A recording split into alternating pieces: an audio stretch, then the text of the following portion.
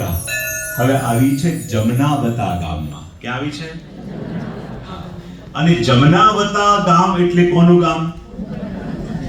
કુમનદાસજીનું. અને એમ કહેવાતું કે પ્રાચીન કાળમાં સારસ્વત કલ્પમાં બિલકુલ ગિરાજીને અડીને શ્રી યમુનાજી વહેતા અને યમુનાજીની એક ધાર આ ગામમાંથી પણ જતી માટે એનું નામ યમનાવતા ગામ પડ્યું.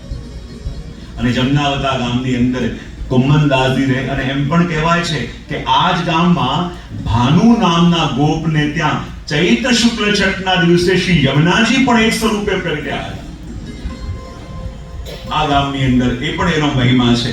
અને એમ કહેવાય છે કે આ ગામની અંદર કુમનદાસજી રહેતા અને કુમનદાસજી જેવા ભગવતીનું આ ગામ. અને આ એ જ ગામ છે કે જ્યારે રાજા માનસિંહે કુમનદાસજી વિશે શ્રવણ કર્યું અને એમની ઈચ્છા થઈ કે મારે પણ આ કુમનદાસજીને મળવા માટે એમના ઘરે જવું છે.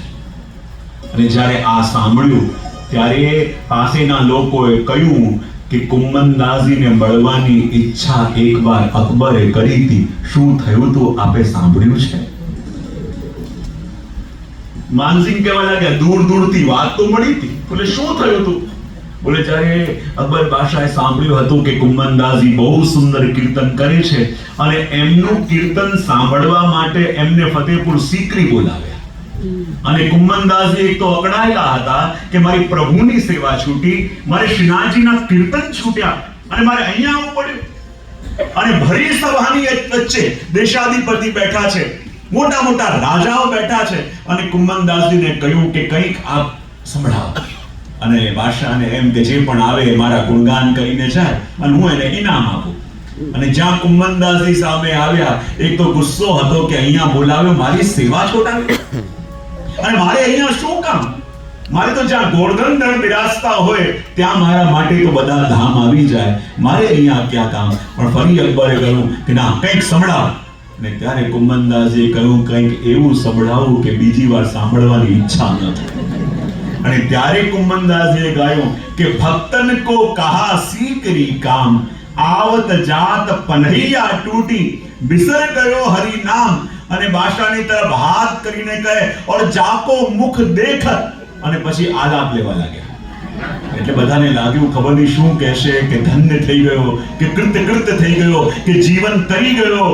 અને પાછું કહે જાકો મુખ દેખત અને પાછું આલાપ લેવા લાગ્યા. અને બધાની આતુરતા વધે, ખબર નહીં શું એવું કહેશે કે જેનું મુખ જોઈને આમ ધન્ય થયો, કે જીવન સફળ થઈ ગયું, કે જીવન તરી ગયું. પાછું કહે જાકો મુખ દેખત અને કે હવે તો કંઈ કહેશે. અને ત્યારે કુમનદાસજીએ ગાયું જાકો મુખ દેખત દુખ ઉપજે તાકો કરનો પડ્યો પ્રણામ ભક્તન કો કહા सीकरी काम. બોલે જેને જોઈને દુઃખ થાય એને પ્રણામ કરવું પડ્યું, અમારું શું કામ? અને જ્યાં ભરી સભાની વચ્ચે અને એ વખતે દેશાધિપતિનો કેવો પ્રભાવ કે મોટા મોટા રાજાઓ એની નીચે બેસતા અને એમને કોઈ સાધારણ વ્યક્તિ આવીને એમ કહી દે કે જેનું મુખ જોઈને દુઃખ થાય એને પ્રણામ કર્યા પડ્યા. આખી સભા સ્તબ્ધ.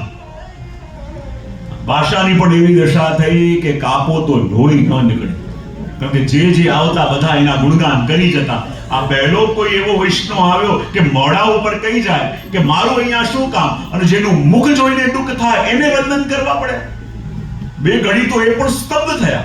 પછી વિચાર કર્યો એ મારી પ્રશંસા કેમ કરે? એ તો પ્રભુના દાસ છે, એને મારી પાસે કંઈક જોઈતું હોય તો મારા ગુણગાન કરે. અને જેને ભગવાન મળી ગયા હોય પછી એને બીજાની પાસે બીજું શું જોઈએ? અને ત્યારે પોતાને સંભાળ્યા અને કહ્યું કે જો આપ અમારે ત્યાં આવ્યા છો તો કૃપા કરીને બતાવો કે આપની સેવા હું શું કરી શકું. કુમનદાસજી કે બસ મને જવા દે હમણાં, એ સૌથી મોટી સેવા થશે.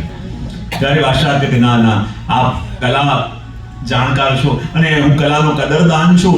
જે પણ અહીંયા આવે તો હું કંઈક તો એનું સન્માન કરતો હોઉં છું. અને આ પ્રભુના એટલા મોટા ભક્ત અહીંયા સુધી આવ્યા છે તો કંઈક સેવાનો અવસર તો આપો, કંઈક આપ માંગો.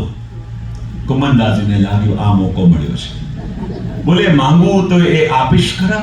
ભાષા પ્રસન્ન થઈ ગયા, ચલો કંઈ તો મેળવવા તૈયાર થયા. બોલે આપ જે માંગો તે આપું, આપ આજ્ઞા તો કરો કે આપની સેવામાં શું પ્રસ્તુત કરું. ત્યારે કુમનદાસજી કે બીજું તો કાંઈ જોઈતું નથી, પણ આપવા માંગે તો એક વસ્તુ મારે જોઈએ છે. બોલે શું? આજ પછી તારો ચહેરો બતાવતો નહીં.